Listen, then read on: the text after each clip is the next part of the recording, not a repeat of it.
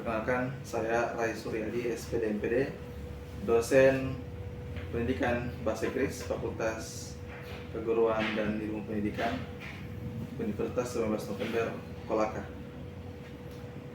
Pada kesempatan kali ini, saya akan membahas mata kuliah wajib, salah satu mata kuliah wajib, yaitu mata kuliah Teaching English as Foreign Language atau singkat TEFL, di mana mata kuliah ini berada di semester 6. Dan untuk pertemuan kali ini saya akan membahas di pertemuan ke-9 saya akan membahas mengenai materi Lesson Study for Learning Community yang biasa disingkat dengan LSLC dengan desain Open Class. Nah, untuk capaian mata kuliah dalam pertemuan kali ini itu siswa mampu memahami mengenai Lesson Study for Learning Community, dan siswa mampu untuk melakukan praktek mengajar atau bermain peran sebagai guru dan sebagai observer dengan menggunakan metode Open Class. Sedangkan di sub capaian mata kuliahnya, siswa diharapkan mampu untuk memahami seperti apa itu Lesson Study for Learning Community, dan siswa mempunyai pemahaman mengenai metode Open Class. Dan siswa juga memahami mengenai 3 tahapan dalam LSLC itu sendiri, yang terdiri atas plan, do, and see atau reflection. Metode mengajar yang akan saya gunakan kali ini yaitu adalah metode ceramah, kemudian bermain peran, kemudian diskusi kelompok, serta presentasi yang dilakukan oleh mahasiswa sendiri. Untuk evaluasinya sendiri, saya menggunakan 3 evaluasi, yaitu yang pertama adalah penilaian presentasi, kemudian penilaian diskusi kelompok, dan penilaian praktek mengajar. Adapun atau praktek mengajar ini adalah hasil praktek atau implementasi terhadap pembahasan materi sebelumnya, yaitu mengenai manajemen kelas, yaitu mengenai evaluasi mengajar, dan mengenai how to teach in the class.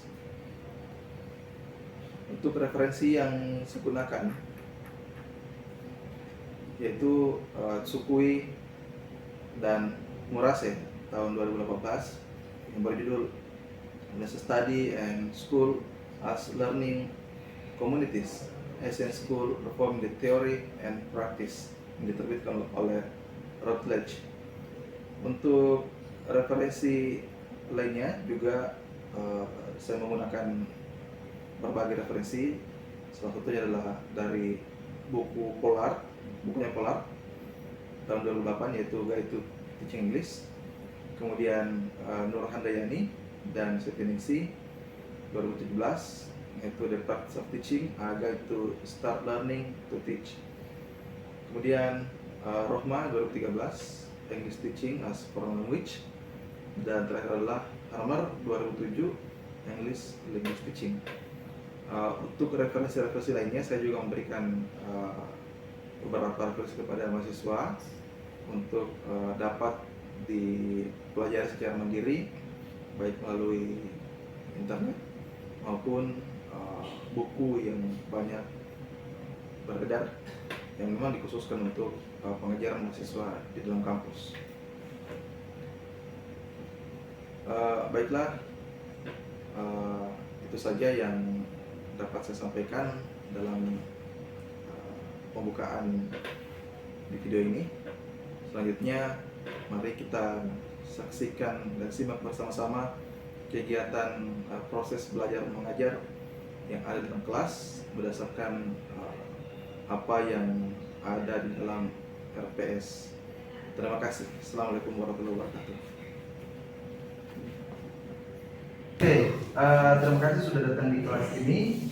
Jadi hari ini kita seperti biasa kita akan melanjutkan kembali pembelajaran kita seperti di pembelajaran sebelumnya, yaitu mengenai open class atau lesson study for community learning, yang dimana kita akan melakukan adegan peran ya, yang sebagian dari kalian akan menjadi guru di atas sini dan sebagian dari kalian akan menjadi pengamat atau observer ya. Nah, dalam kegiatan open class, di mana di kelas itu kita melakukan atau kita mengaplikasikan lesson study secara bersama-sama, Anda akan membahas sebuah materi dan Anda akan mencoba untuk mengajak teman-teman Anda yang ada dalam kelas untuk menyimak dan untuk memperhatikan mengenai kegiatan-kegiatan apa saja ya, kegiatan mengajar, kegiatan belajar yang berdasarkan dengan lesson plan yang sudah kita bikin bersama-sama. Nah, jadi beberapa dari kalian akan menjadi observer, yang dimana tugas dari observer tersebut itu akan mengamati setiap tindakan, setiap kegiatan yang terjadi dalam kelas. Jadi kegiatan pengamatan tersebut bukan hanya ditujukan kepada guru yang mengajar di dalam kelas, namun juga segala aktivitas yang dilakukan oleh siswa, apa saja yang terjadi dalam kelas, suasananya, aktivitasnya, kolaborasi antar siswa, kemudian kegiatan-kegiatan yang dilakukan selama pembelajaran itu akan diamati oleh si pengamat tersebut. Oke, jadi selamat kembali. Jadi dalam siklus di open class itu seperti yang kita bisa saksikan di sini adalah pertama adalah perencanaan terlebih dahulu. Ya, jadi ada 6 kegiatan dalam satu siklus. Kemudian menuliskan reflective essay, kemudian melakukan open class dan diskusi refleksi. Setelah itu dilanjutkan dengan desain pembelajaran, kemudian refleksi atau C, dan terakhir ada kemudian dibuka kembali menjadi open class atau buku kembali. Nah, saya jelaskan dulu pertama, di mana dalam plan ini guru yang menjadi model itu melakukan diskusi kepada teman sejawat yang menjadi observer nantinya. Nah, setelah itu dilanjutkan dengan membuat sebuah lesson study atau lesson plan, membuat sebuah lesson plan, dan di dalam lesson plan itu sudah dipersiapkan apa saja alat dan bahan yang akan ditampilkan dalam kelas, kemudian asesmennya seperti apa, kemudian bagaimana aktivitas yang dilakukan awal, tengah, dan akhir. Setelah itu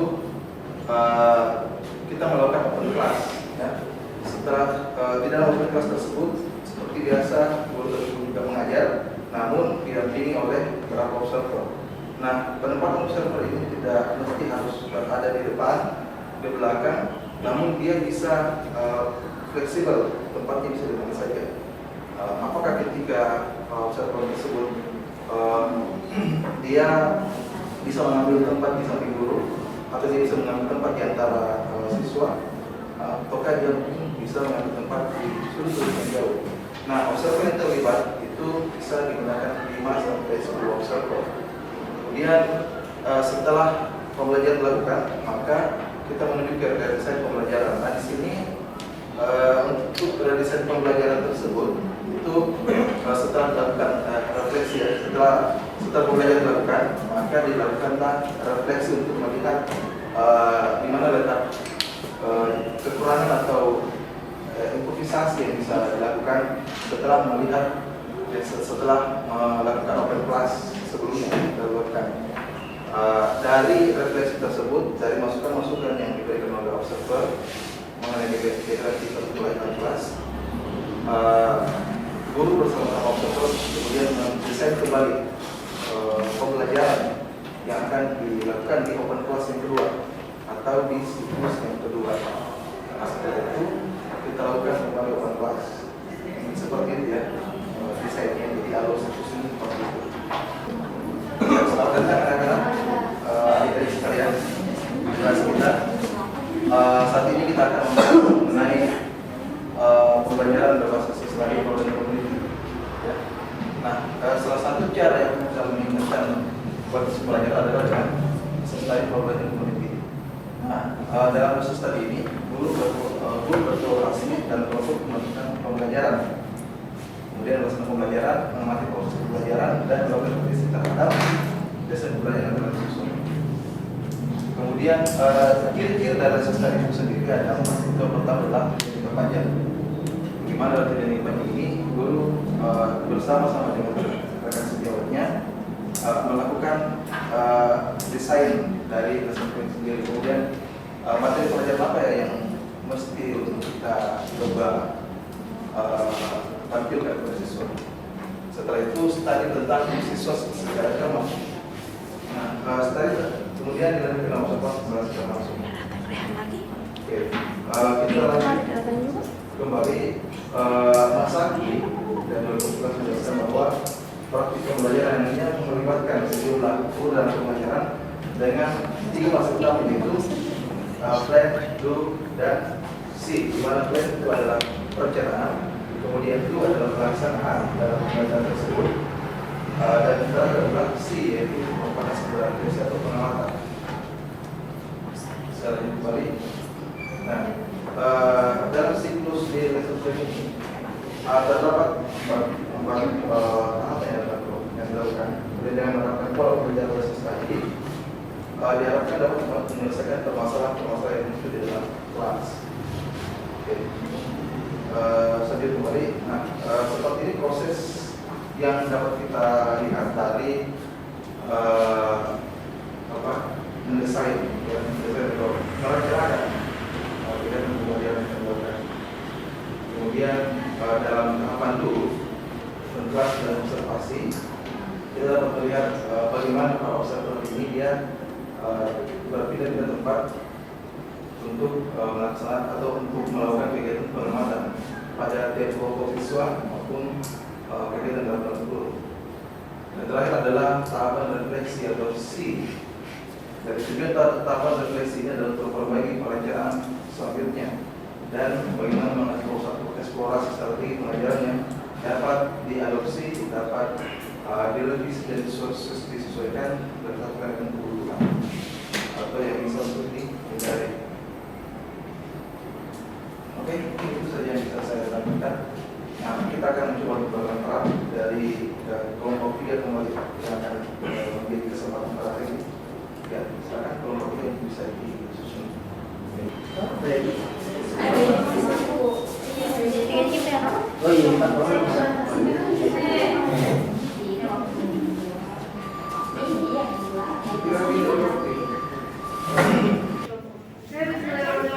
Assalamualaikum warahmatullahi wabarakatuh. Waalaikumsalam warahmatullahi wabarakatuh. Jadi hari ini kita kembali ke kegiatan kita dan kali ini giliran kelompok kami dari kelompok 3 untuk memaparkan materi pelajaran pada hari ini. Nah, di sini kami telah memilih materi yaitu tentang WH question. Dan di sini saya bersama Aisyah, saya salah satu member dari kelompok 3 selaku pengajar dan akan menjelaskan atau memaparkan materi tentang WH question ini. Jadi apa itu WH question? WH question adalah sekumpulan katanya yang digunakan untuk menanyakan satu hal. Contohnya seperti waktu, tempat, orang, benda, alasan, cara, dan lain-lainnya. Jadi WH question ini adalah salah satu jenis pertanyaan dalam bahasa Inggris yang sangat umum atau sangat sering kita temukan dalam pembelajaran bahasa Inggris. Kemudian berikutnya yaitu tentang macam-macam WH question. Jadi saya yakin teman-teman sekalian sudah sangat familiar tentang WH question ini, tapi kita biasanya paling umum melihat bentuk kata yang paling pertama, contohnya who, what, where, when, why, kemudian yang paling terakhir ialah how. Kemudian ada pula whom, whose, dan which yang merupakan bagian dari WH question, tapi tidak begitu sering kita temukan. Oke, jadi di sini juga ada dua part penjelasannya. Yang paling pertama ialah kata who. Who ialah singkatnya adalah artinya siapa. Di sini keterangannya ialah kata who ini digunakan untuk menanyakan orang, yang dimana orang ini berperan sebagai pelaku atau sebagai subjeknya. Kemudian yang kedua ialah what atau apa. Nah, dia ini tuh digunakan untuk menanyakan benda. Kemudian yang ketiga ialah where atau di mana, digunakan untuk menanyakan tempat. Yang keempat ialah when atau kapan, digunakan untuk menanyakan waktu. Yang kelima ialah why atau kenapa atau mengapa, dia itu digunakan untuk menanyakan alasan. Yang keenam ialah whom. Whom ini sama seperti yang pertama, who artinya siapa, tetapi whom ini digunakan sebagai subjek, jadi perannya berbeda, sebagai objek maksud saya, dan perannya berbeda. Kemudian yang terakhir ialah whose. Whose ini mirip dengan yang pertama dan yang keenam. Dia juga menanyakan kepemilikan kepada seseorang yang dimana berperan juga sebagai subjek. Dan yang kedelapan ialah which atau bisa diartikan sebagai yang mana. Jadi which ini bisa digunakan untuk menanyakan satu di antara dua atau lebih benda. Dan yang terakhir ialah kata how atau bagaimana. Ini digunakan untuk menanyakan kondisi atau cara. Jadi sebenarnya dari 1 sampai 9 kata yang digunakan dalam W expression ini masing-masing memiliki makna di dalam bahasa Indonesia dan memiliki peran-perannya tersendiri. Dan menurut saya kalian semua pasti sudah sangat familiar dengan masing-masing dari kata ini karena sebenarnya kita gunakan setiap hari di bahasa Indonesia sama halnya seperti di bahasa Inggris. Oke, kemudian ialah contoh kalimat W expression. Yang pertama yang kata who, di sini ia menggunakan contoh kalimat who cooks noodle, yang berarti siapa yang memasak noodle atau mie. Yang kedua ialah what is a fish. Di sini kita menggunakan kata what atau menanyakan apa, yang berarti di sini tuh artinya what is a fish, apa yang memakan ikan. Berarti di sini merujuk what-nya itu kepada hewan, jenis hewan apa yang memakan ikan. Kemudian yang ketiga ialah where, di mana. Where do you eat a fried rice? Di mana kamu memakan fried rice, nasi goreng. Kemudian yang keempat ialah when, kapan. When do you eat fried rice? Kapan kamu makan nasi goreng? Atau menanyakan waktunya, when. Kemudian yang kelima ialah why do you eat fried rice? Kenapa kamu memakan nasi goreng? Di sini why dia menanyakan cara, menanyakan mengapa, alasan. Oke, kemudian dilanjutkan kembali sama guru yang kedua yang memberikan gamesnya. Ya, silakan. Siapa yang bisa? Ya. Oke, baik. Sekarang kita masuk ke sesi game. Nah, game-nya itu saya akan membagi menjadi 3 kelompok. Ya. Ini kelompok 1, ini kelompok 1. Bisa kita kelompok 1, ini kelompok 2-nya. Ya. Biasanya kelompok 1, kelompok 2. Jadi game-nya itu mencari membuat satu kalimat dalam bentuk full question sebanyak-banyaknya. Jadi di sesi terakhir nanti siapa kelompok yang terbanyak itu pemenangnya. Ada hadiahnya Bu? Ada. Rahasia hadiah. Oke, waktunya hanya 2 menit dimulai dari sekarang. Sabar dulu kertas. Bisa sendiri. Siapa dulu kertas sama pulpen? Pakai kelompok 2 ini.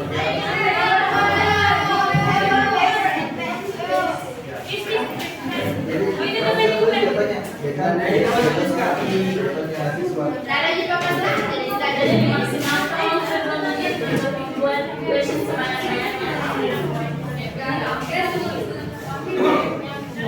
Kenapa saya Guru, ini maksudnya satu kelompok kalau dia tulis atau gimana? buat sebanyak-banyaknya. Miskomunikasi. Jaga menyantai kelompok 2.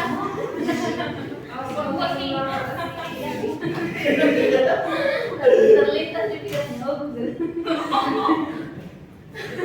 Bagaimana interaksi gamenya? Kasih tahu alat gimana? Cuma terjadi gitu. Iya, ini. kita sebenarnya bukan Iya, sebenarnya punya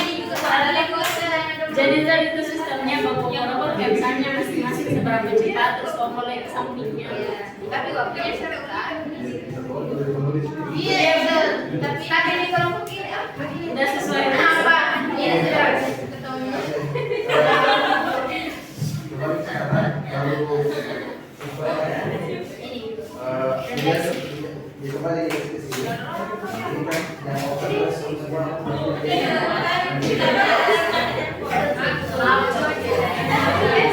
mana Sir? Refleks sama Yana. Oh, ini observasi Sir. Oh, di mana Sir? Jadi sekarang kita tekan Terima kasih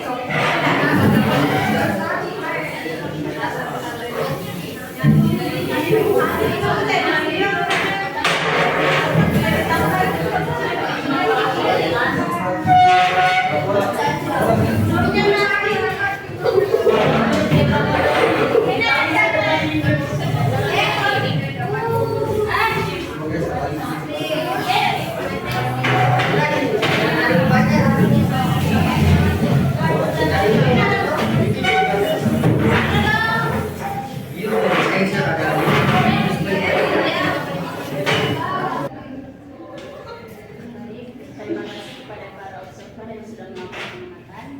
Mungkin kita masuk pada sesi di mana para observer akan memberikan saran. Mungkin bisa dimulai. Oke, terima kasih Bu Guru sudah memberikan kesempatan. Jadi dari hasil observasi saya, mungkin semuanya sudah bagus, tetapi yang saya lihat gurunya terlalu berfokus kepada materi yang dibawakan sehingga kurang memperhatikan siswanya, banyak yang bermain dan ada sebagian yang bermain HP. Dan pada saat pembagian tugas atau dibagikan kelompoknya tadi, gurunya menghilang. Jadi teman-teman tidak diperhatikan sehingga pada saat mereka cari soal itu mungkin ada yang menyontek. Oke, cukup. Siapa lagi sih? Baik, untuk saya setelah saya observasi saya melihat bahwa gurunya menyampaikan materi sudah bagus dan sangat mudah dipahami, namun mungkin tugasnya terlalu gampang sehingga membuat kelas kurang aktif. Terus tuh ada beberapa murid yang masih main HP selama pembelajaran, dan pas pembentukan kelompok ada juga beberapa kelompok yang tidak terlalu berbaur. Mungkin itu dari saya. Baik, terima kasih. Komentarnya sangat bagus, tetapi kurang sama dengan dari Rina, kurang memerhatikan siswa-siswanya dan kurangnya juga interaksi. Dan ada beberapa kelompok juga tadi tidak berbaur dengan teman-teman kelompoknya, dan pemateri juga tidak memerhatikannya. Baik, terima kasih.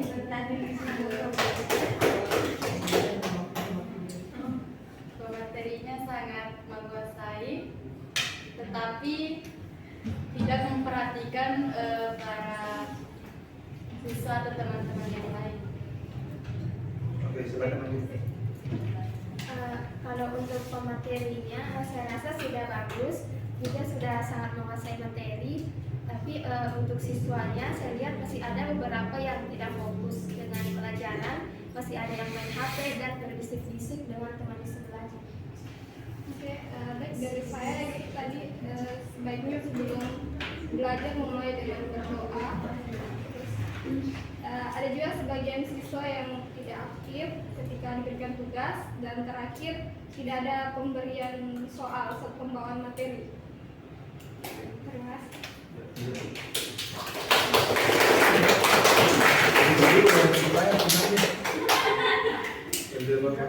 Kepada para observer, atas reviewnya, atas kritik dan sarannya kami ucapkan terima kasih banyak. Semua kritik dan saran akan kami jadikan bahan pembelajaran untuk melakukan kegiatan lesson plan berikutnya yang lebih baik. Terima kasih banyak. Assalamualaikum warahmatullahi wabarakatuh.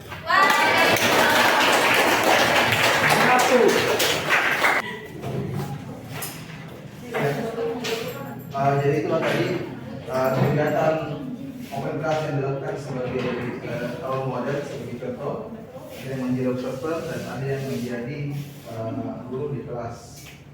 Ya, sekarang kita akan coba untuk asesmen ya. Saya akan coba untuk bertanya kepada kalian apa yang sudah dipahami dari kegiatan pembelajaran tadi. Saya coba bertanya dulu, mungkin 2 pertanyaan barangkali cukup. Yang pertama saya ke Aisyah dulu mungkin ya, sebagai pelaku, sebagai guru model di sini. Dari kegiatan pembelajaran yang sudah Anda lakukan tadi,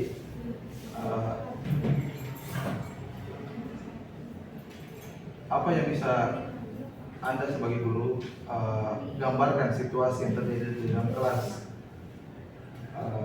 dalam pandangan Anda sebagai guru, melihat dari kegiatan yang sudah terjadi di dalam kelas tadi, ada siswanya, ada observernya, dan sebagai guru sendiri, apa yang bisa Anda katakan?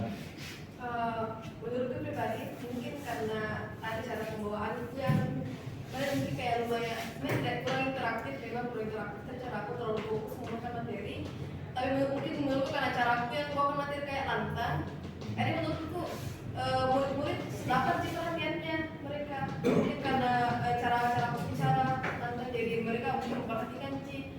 Saya lihat dari arah sini, murid dari sini juga semuanya bagus sih saya lihat.